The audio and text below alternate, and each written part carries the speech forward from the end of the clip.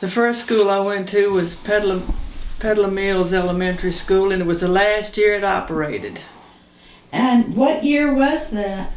Started in the fall of 1950 when I was 5. I was turning 6 a month into the school year, and went from 1950 in the fall to 1951 in the spring. And does that school still exist? No, it washed away in the flood of 69, excuse me. Hurricane Camille. Camille, the hurricane, took it down the river. And where would it be today if it existed on the road? There's a section going into Pedlar Mills that is all green, and there's a fence in front of it, and then there's a white house that sits across the street, sort of back, maybe 45 yards, maybe back. Just down the road, just a little bit, is St. Luke's Church. And who attended the Pedlar Mills School? What neighborhood were they from? They were really from the actual little town of Pedlar Mills, and then most of them were from, at that time it was called, it's now Wagon Wheel Road, but it was back up in that area where they came from. And what were the students' ages at Pedlar Mills? Well, of course they ranged from first grade to sixth, so I guess you would say 5-6-year-olds to 11. I was one of the youngest, so maybe 11, 12. Some were a little bit older. They seemed to remain in certain grades for a year or two, which was another surprise to me, because there were a couple that were a bit older. So that was another shock, you might say. What time did school start? From my recollection, it started at 9. And how late did it go in the afternoon? The school ended at 3.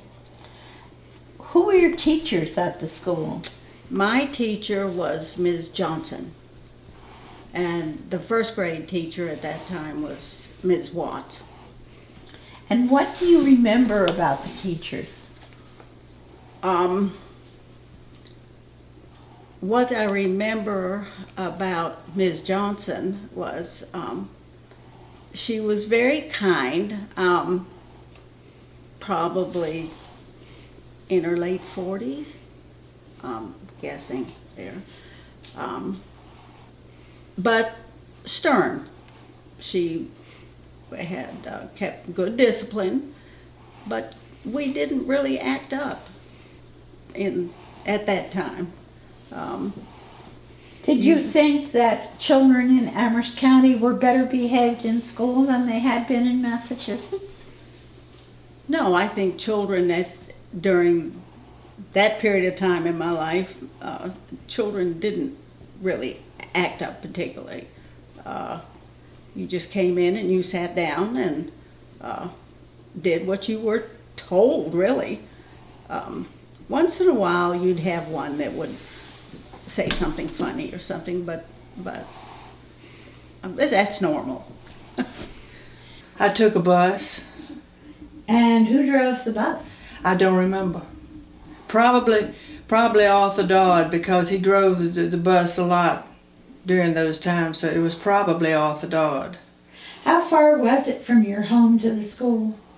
About 3 miles. What did you see on the way to your school back then? Well, we had to cross the river once, and so I always remember looking up and down the river and seeing the rock, the rock sticking there where my daddy said they used to swim in the summer. And then we'd go on about 2 more miles, and there was one distinct dip in the road right there where the Miners Branch Road comes into the Pedlar Mills Road. And if you sat on the back seat just right, and he was going just the right speed. When he hit that little dip, you could bounce, and of course we had to exaggerate it extensively. Then they fixed the road, so that was the end of that. And we had probably another third of a mile to go after we went past that particular point. Yeah, but we went parallel to the river, probably half mile anyway. Was that the Pedlar River? It was.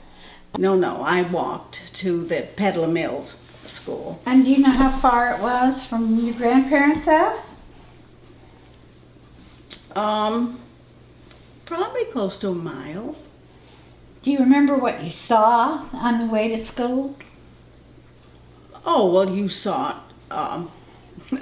animals. You would see deer and all kinds of, you'd see squirrels and frogs that I played with. And once in a while, as I went past Miner's Branch, a fellow would roll out of the bank, and that was the local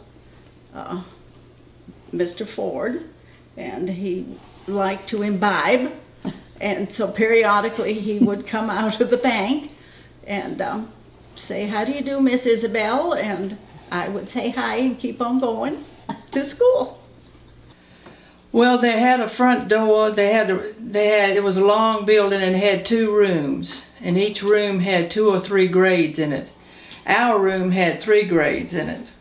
The other room had 2 or 3 grades in it. I think it only went to the 5th grade, so they had the 4th and 5th grade in the other room. But it had a front door in the center. I don't ever remember going in the front door because our door was always on the end. So I guess the 3rd and I guess the 4th and 5th grade people went in the front door and we went in the end door. I was a bit shocked in that, having come from what most people would consider a normal school with a number of classrooms and what have you, to a small 2-room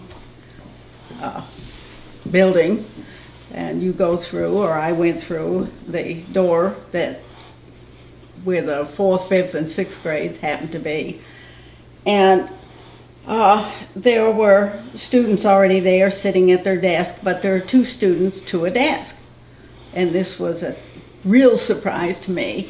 And in the middle of the floor was the pot-bellied stove, and I'm assuming at that time that I didn't question it. I mean, it was in September and it was the weather was warm, but as it got colder, then they fired up the pot-bellied stove, and we all had lunch boxes, and a number of us would bring cans of soup, and we would put it on the stove to warm. So that's how we had warm soup.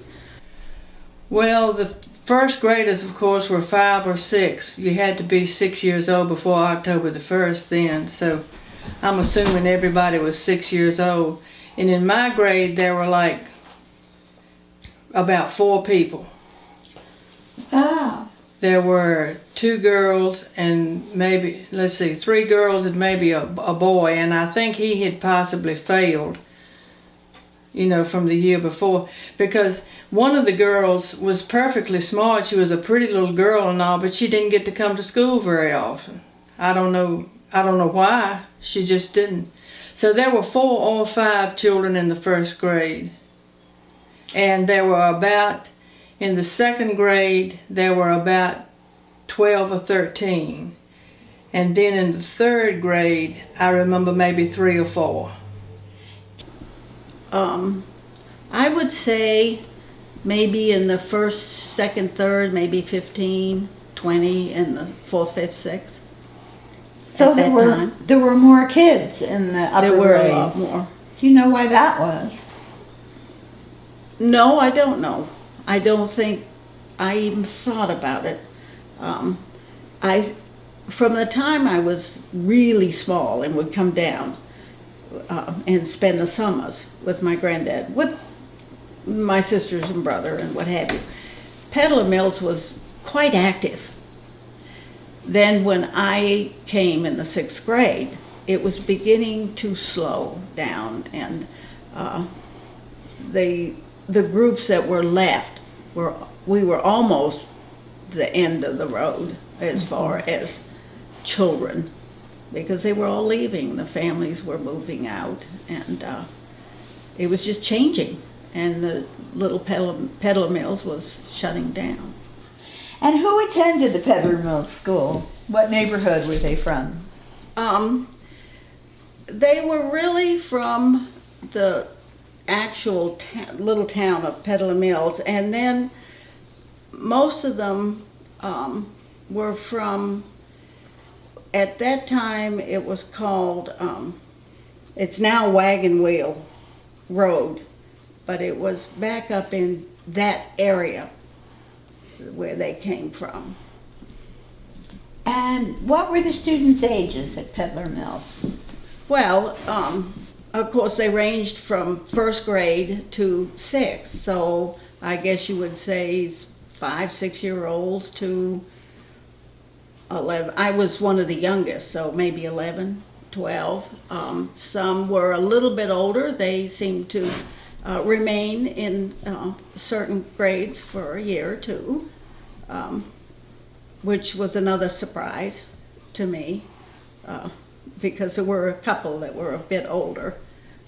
So that was another shock, you might say. What time did school start? From my recollection, it started at 9. And how late did it go in the afternoon? The school ended at 3. Well, Ms. Wathena Watts was my first grade teacher. She also taught the 2nd grade and the 3rd grade. We were all in one room. And then in the other room there was a Ms. Johnson who was the teacher for them and the principal also. Who were your teachers at the school?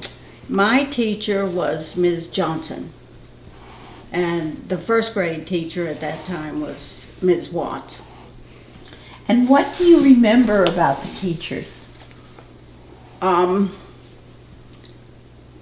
What I remember about Ms. Johnson was she was very kind, probably in her late 40s, guessing there, but stern.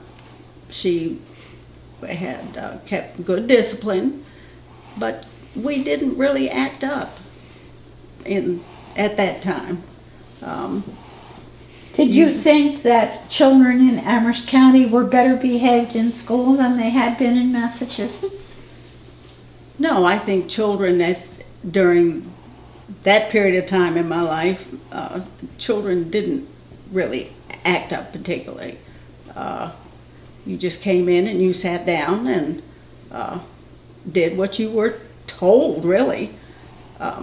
Once in a while you'd have one that would say something funny or something, but that's normal.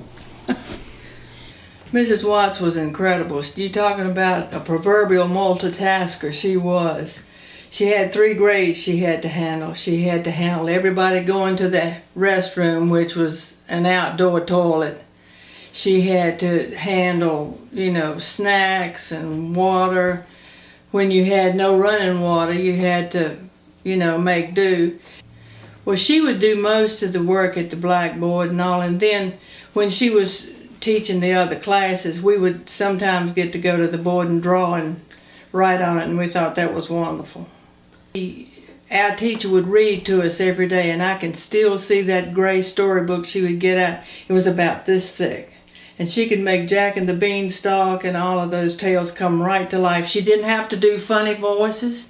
I don't know if it was the voice inflection or what, but she could make it come to life, and that's really the only study I remember, other than the Dick and Jane books, which, after a while you kind of got, oh me, here we go again.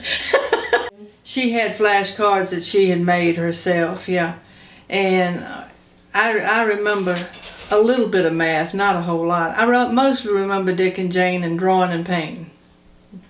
And what kind of materials did you use to draw and paint?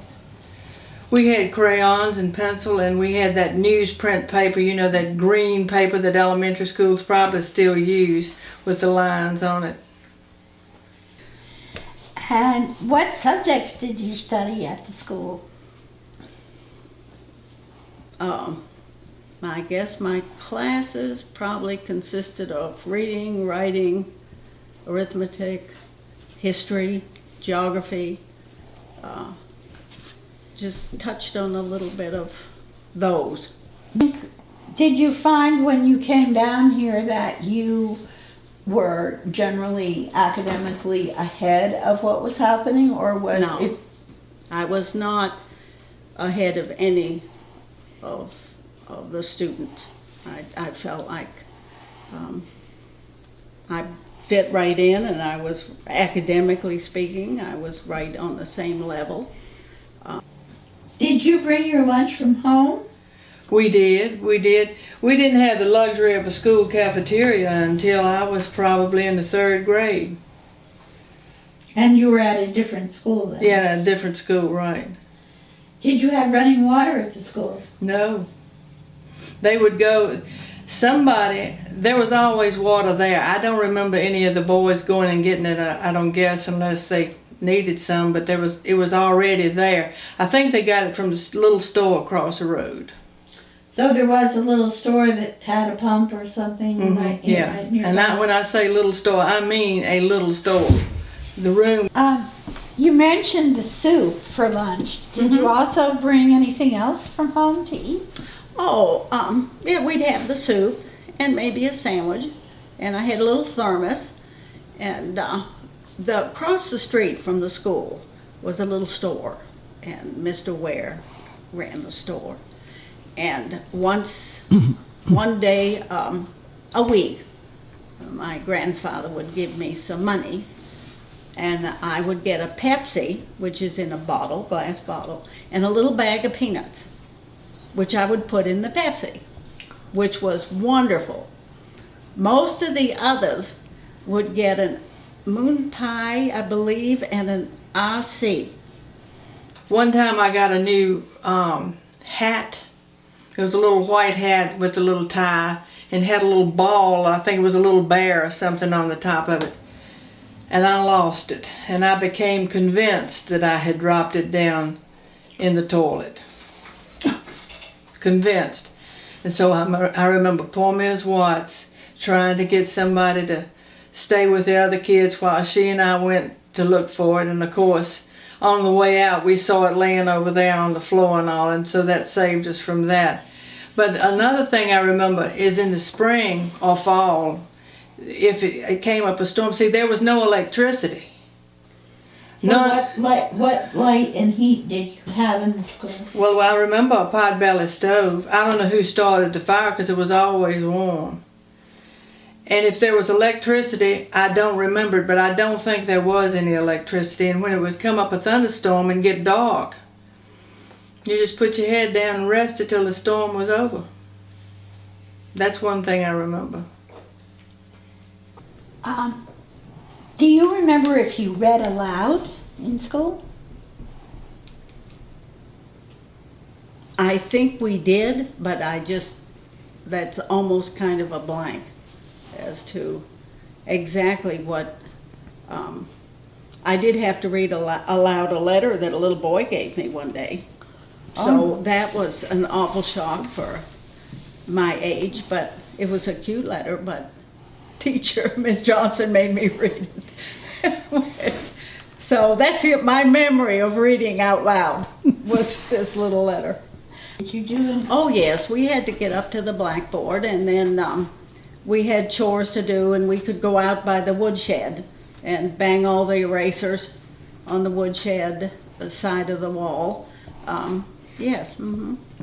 And did you do mathematics at the board, or did you write it at your seat, or? I think we did both. It just depended on which class. There was only one big board that I recall. I remember in our free play, though, you know, the boys would chase the girls and the girls chase the boys. You know how you got to do all of that. The sanctuary was the outdoor John. You knew that they couldn't catch you because they wouldn't come but so close to the outdoor restroom. So if you could run for the restroom, you were good. If you were in the first grade, you got the first session of the day, I guess, when you were fresh. And then you could put your head down on your desk, or we could draw, or we could listen to what she did with the second grade. And of course, if you could do second grade work, you were just, and you were in the first grade, you were brilliant. You know how that goes. You just felt great. So we were able to pick up some of the things that she was teaching the older children. She would supervise recess, and one of my fondest memories is everybody would play together. Well, you'd get playtime, you know, with your friends and all if you wanted to. But every once in a while, Miss Watts would play games with us, and she'd play. I remember Drop the Handkerchief. And all of the ages played. Everybody played together. Of course, needless to say, nobody dropped the handkerchief behind the little ones too much. But, yeah, I remember, I have a picture in my mind of Miss Watts. Somebody dropped a handkerchief behind her and she was running. And her daughter Frances was in school at that time also, and I guess Frances must have been in probably the 4th or 5th grade by that time and all. And she could run like a deer. What did you like best about Pedlar Mills School? The free play at recess. And, you know, you could go outside and they would say, you know, when y'all hear the whistle blow, come back. You knew not to, it was right beside the river, and you knew not to go next to the river. Sometimes in the spring on the school picnic, they would take you down to the river for the day, you know, the teacher with you, and you could play in the shallow water. Nobody went swimming. But you didn't go to the river, and we had one little stand of bushes that the kids had played in so much over the years. You could go up in the bushes and it was like hollow inside the bushes, and they had carved out just bare dirt, just playing house, playing mother and children, bears, hopscotch, you know, whatever. Out of the sight of the teacher, but you know, once again, the teacher trusted us to do what we were supposed to do. I guess what I liked best was almost, it wasn't one-on-one, but it was close, and it was the attention, the educational attention that you got.